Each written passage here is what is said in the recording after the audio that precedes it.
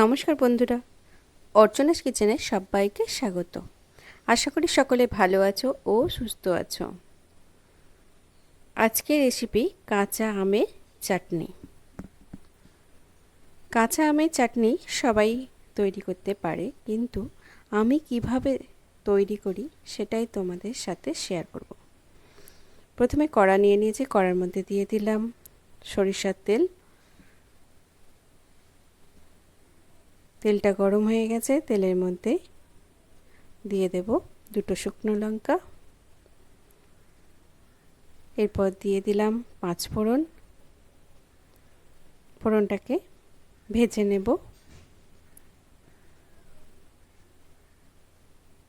এবার দিয়ে দেব কেটে রাখা আম। আমি একটা বড় সাইজের আম নিয়েছি, খোসা ছাড়িয়ে কেটে নিয়েছি লম্বা লম্বা করে। এবার আমটাকে আমি ভেজে নেব।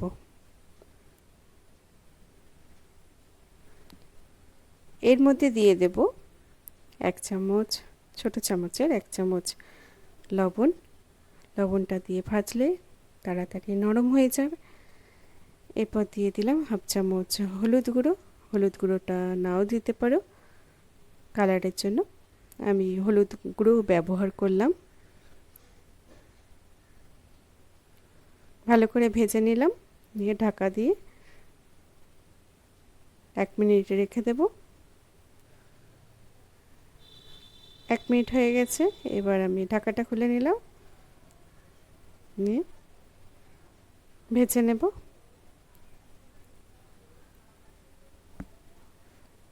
আমটা ভাজা হয়ে গেছে, এবার আমি দিয়ে দেব পরিমাণ মতো জল। জলটা দিয়ে ভালো করে মিশিয়ে দেব।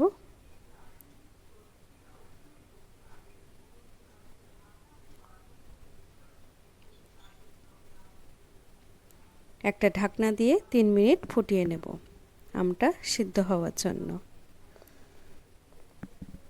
3 মিনিট হয়ে গেছে, ঢাকাটা খুলে নিলাম। এবার দেখে নিলাম আমটা সিদ্ধ হয়েছে কিনা। দেখলাম সুন্দরভাবে সিদ্ধ হয়ে গেছে। এবার আমি এর মধ্যে দিয়ে দেব চিনি। আমি টক অনুযায়ী তোমরা চিনিটা ব্যবহার করবে। আমি এখানে 4 চামচ চিনি দিলাম।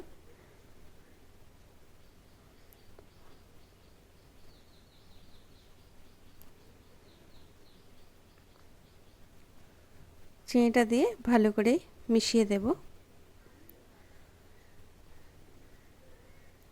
মিশিয়ে 2 মিনিট ফুটিয়ে নেব।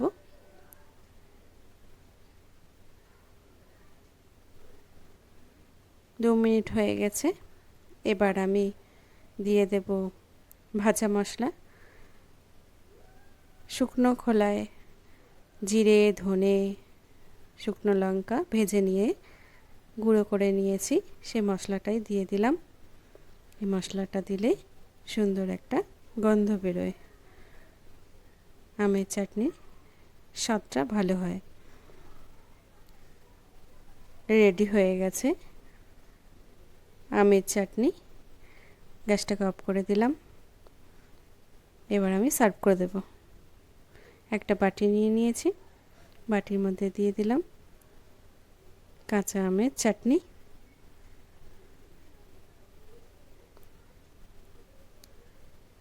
এইভাবে বানিয়ে দেখতে পারো, খুব সুন্দর হয়।